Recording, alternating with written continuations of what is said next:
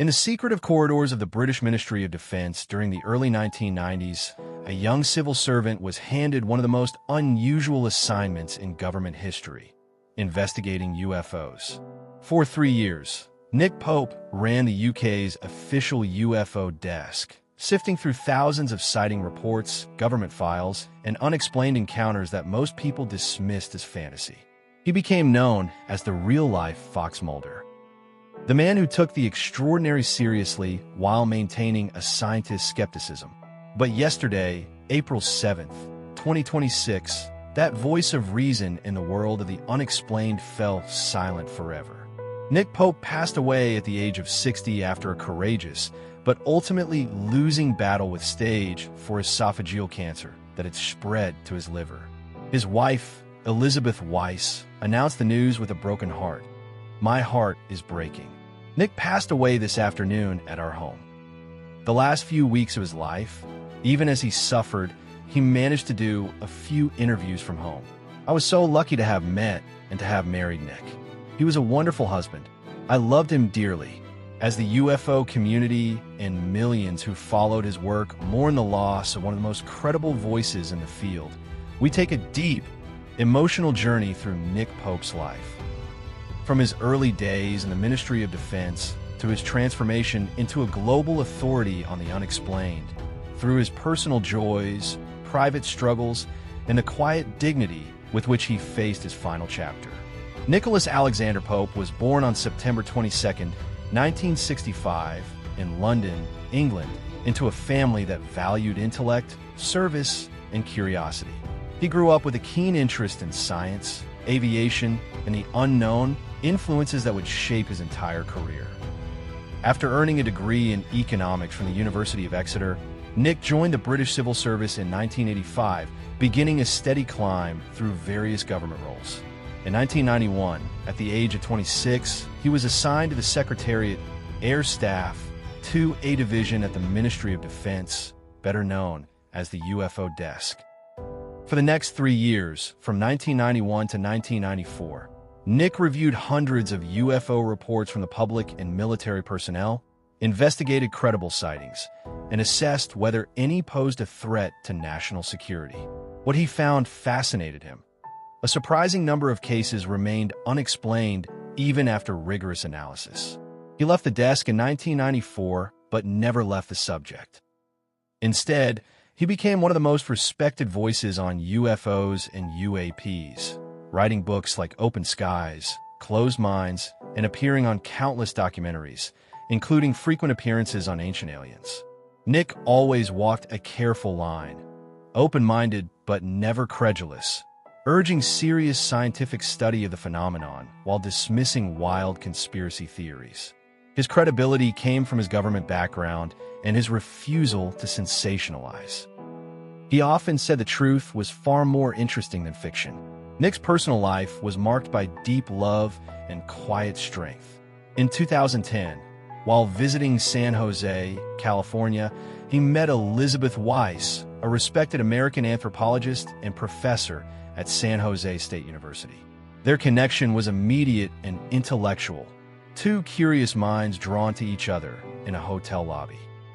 They married just months later in 2011 and built a beautiful life together, first in the UK and later in Tucson, Arizona. Elizabeth became his partner in every sense, his real-life Scully to his Mulder, as fans affectionately called them. She supported his work, joined him on investigations, and stood by him through the public scrutiny that came with being a prominent UFO researcher. They shared a love of travel, history, true crime, country music, and quiet evenings at home. Nick often spoke with visible emotion about how meeting Elizabeth changed his life, calling her his greatest adventure. They had no children together, but their bond was complete and profound. In his final weeks, even as cancer ravaged his body, Nick continued to do interviews from home, determined to share what he knew until the very end. Elizabeth was with him every step, her strength matching his own. In his later years, Nick's lifestyle reflected a man who had found peace after decades in the spotlight.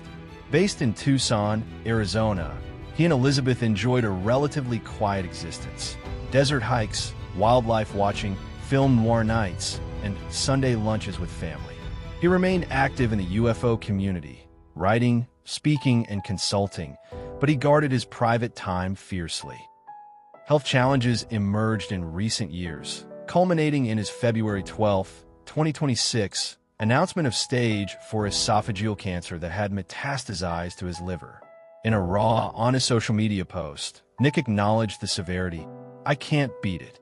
Yet even then, he expressed gratitude for an amazing adventure that spanned government service, media work, and a loving marriage. He continued interviews and maintained his warmth and wit until the very end. His net worth was estimated in the range of several $100,000 to a few $1,000,000, built from his civil service career, book royalties, speaking engagements, consulting work, and television appearances. It afforded a comfortable life without extravagance. Nick lived modestly, focusing on experiences, relationships, and the pursuit of truth rather than material wealth. The news of Nick's passing on April 7th, 2026, sent shockwaves through the UFO research community and beyond. At just 60, after fighting stage for cancer with courage and transparency, he left us too soon. Tributes poured in from researchers, authors, television colleagues, and everyday people who had followed his work for decades.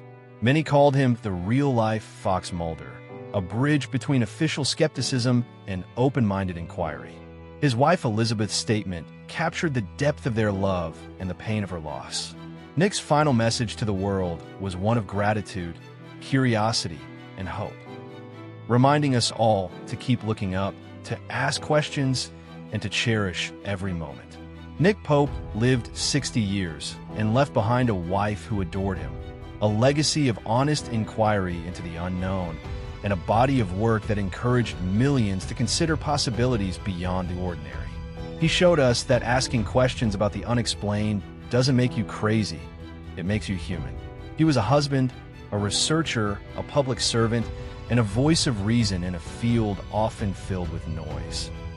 His journey from Ministry of Defense desk to global UFO expert reminds us that truth-seeking is a lifelong adventure, and that love and courage matter most in the end.